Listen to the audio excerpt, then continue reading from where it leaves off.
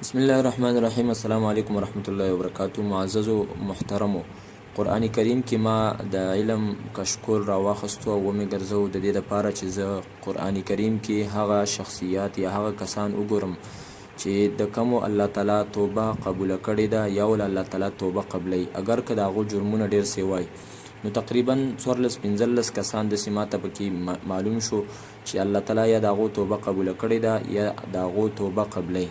حالانکه د پاغو کې د ځینو جرمونه انتهایی سخت دي.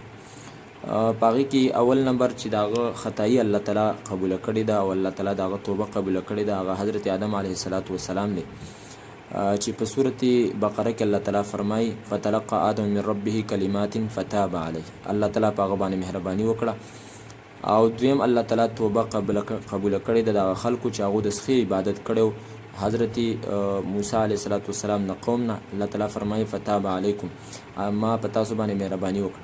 دغه رنګ الله تعالی توبه قبلوي دغه کس چې هغه حق پټي. الله تعالی فرمایي په داسې کس باندې د الله لعنت دی چې هغه حق پټي، خو که بیا توبه وباسي نو الله تعالی فرمایي زه دغه توبه قبلوم. دغه رنګ الله تعالی توبه قبلوي دغه کس چې هغه سود کوي.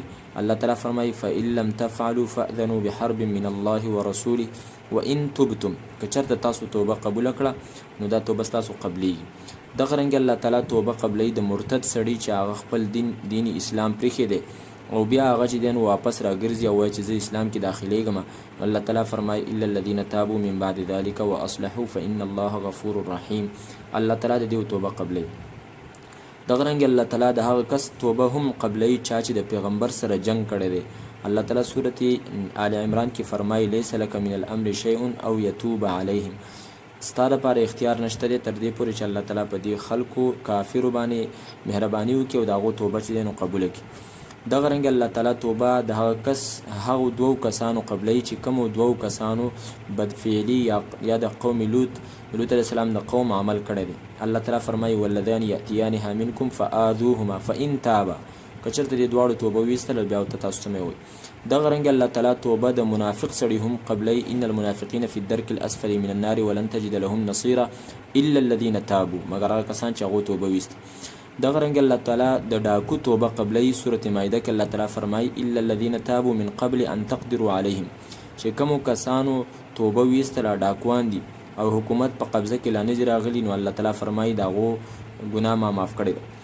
دغه رنګي الله تعالی توبه د ظالم سړي هم قبلوي. سورة مائده کې فرمایي فمن تاب من بعد ظلمه واصلح فإن الله يتوب عليه ان الله غفور رحیم. 11 نمبر باندې الله تعالی د مشرک توبه قبلوي چې کله په خپل ژوند کې هغه توبه وباسي. سورة توبه کې الله تعالی فرمایي واذان من الله ورسوله الى الناس يوم الحج الاكبر ان الله بريء من المشركين ورسوله. بیا فرمایي فإن تبتم، که چېرته تاسو توبه ویستله. 12 نمبر هغه کس دی چې هغه کافر دی. سورة هود آیت نمبر 53 کې الله تعالی د حضرت هود علیه السلام هغه نصیحت چې خپل قوم ته کړی هغه را نقل کړی دی چې هغه خپل قوم ته فرمایي یا قوم استغفروا ربکم، ای زما قوم تاسو د الله نه بخښنه وغواړئ ثم توبوا الیه، بیا الله تعالی ته توبه وباسئ. 14 نمبر هغه کس دی چې هغه د مانځه مونځ یې ضایع کړی دی، د مانځه خیال نه ساتلی او دغه رنګ یې د شهواتو خواهشاتو تابعداري کړې ده. الله تعالی فرمایي فخلف من بعدهم خلف اضاعوا الصلاة واتبعوا الشهوات فسوف يلقون غيا الا من تاب وآمن وعمل صالحا فاولئک يدخلون الجنة. دغه کسان چې هغو مونځ یې کړی دی، شهواتو خواهشاتو تابعداري کړې ده، بیا یې توبه ویستله، الله تعالی فرمایي دا به زه چې دی نو بیا معاف کومه. 14 نمبر هغه کس دی چې هغه الله تعالی معاف کوي. دا هغه کس دی چې هغو مؤمنان په خندقونو کې سېزلي وو. سورة بروج کې الله تعالی فرمایي ان الذين فتنوا المؤمنين والمؤمنات ثم لم يتوبوا، نو هغو سره هم ګنجایش وو، چانس وو چې هغو دا توبه ایستلې وي او الله تعالی د هغو توبه قبوله کړې وي.